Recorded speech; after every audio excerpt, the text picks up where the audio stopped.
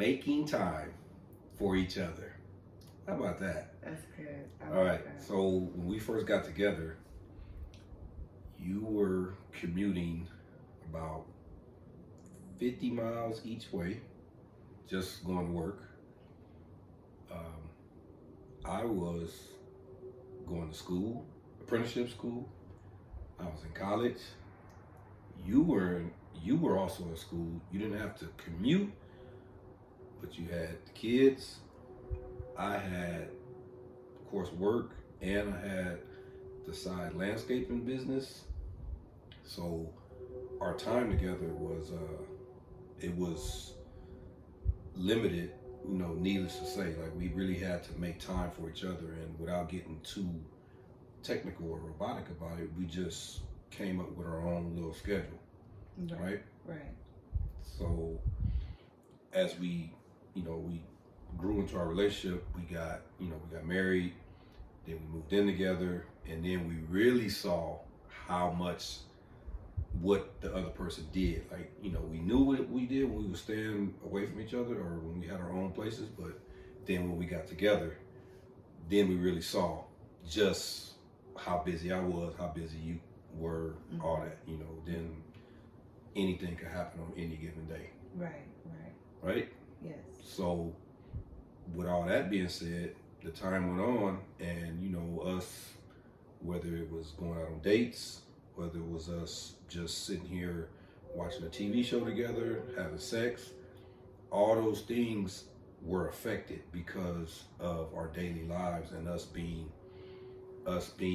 together and not, us being together, but not spending that time like we may have thought.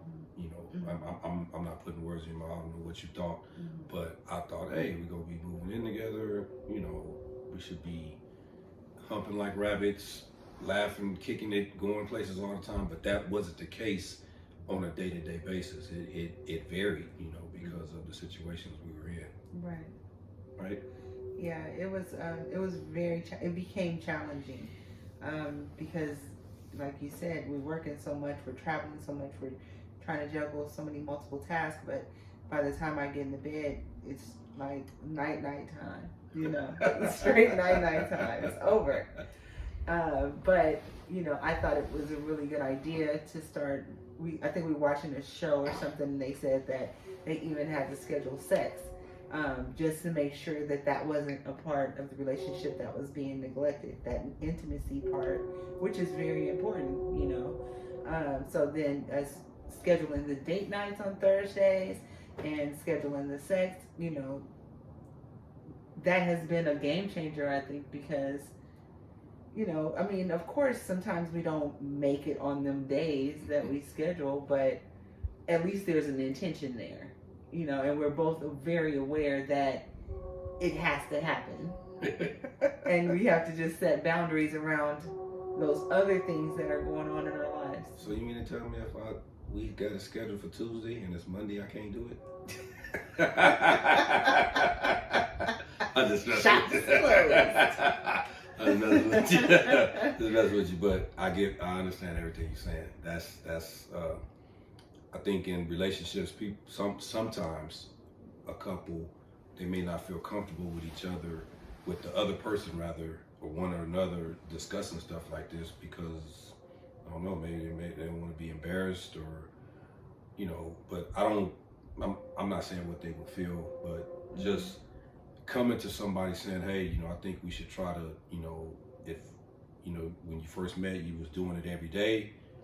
And if you can't do it every day, hey, can we do it 3 to 4 times a week? On a realistically, I don't know about, about us, like we were so busy at one point where I wasn't getting home till 8, 9 o'clock at night.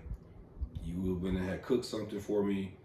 You have been on the road from at 5 in the morning, commuting, hour and a half, then on the way back, 2 hours back home.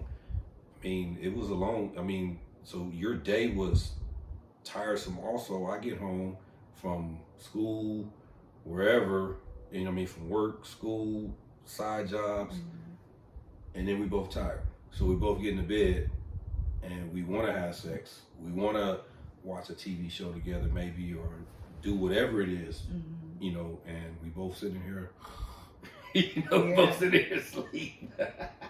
Yeah, and it would just start happening. Oh, it was like a routine.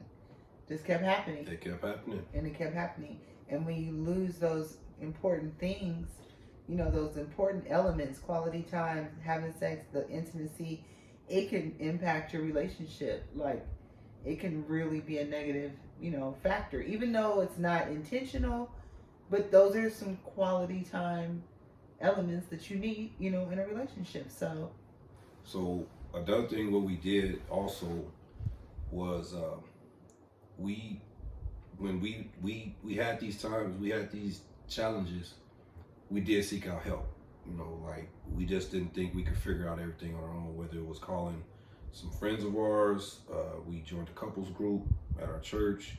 We did counseling. You know, for people who think that counseling is frowned upon, which I don't think it is anymore, but it used to be in my household growing up. Nobody admitted they had a problem, but counseling is everything because it gave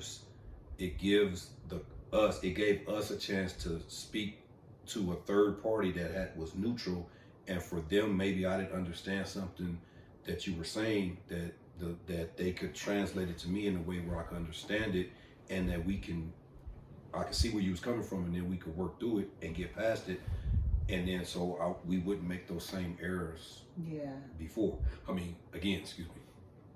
Yeah, and I think the counseling really was a game changer. I mean, we did it for quite a while, you know, and it was like we stuck with it. It was like every single week, you know, and then it gave us an opportunity to learn how to communicate too. I think so. Yeah. I mean, we still had some, of course, more work to do after it was all said and done, but it was a game changer, I think. The another thing, we kept God at the forefront also with us. You know, like, I don't know about how everybody else is, but our alarm clocks go off at 3:30 and 4 in the morning every morning. So whether we go to bed at 9, 10, 12, whatever, we right back up and at them, and we wasn't taking no naps. So we got up before we left the house. We prayed together. We didn't pray separately, you know, which we do, but we made sure we prayed together before we left. You know, if I was at work, you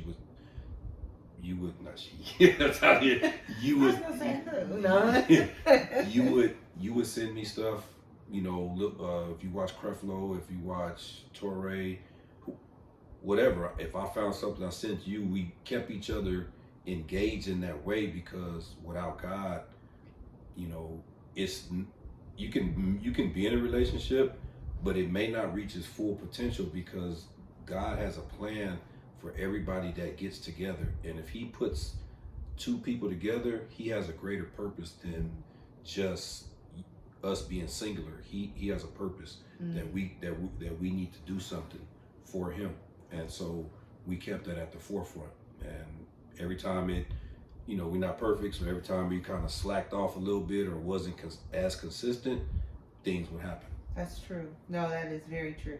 Even like it's as simple as, you know, the Bible app, going on to the Bible app, and we both reading the same verses and the same, you know, the little series and stuff like that. I think those are very helpful as well.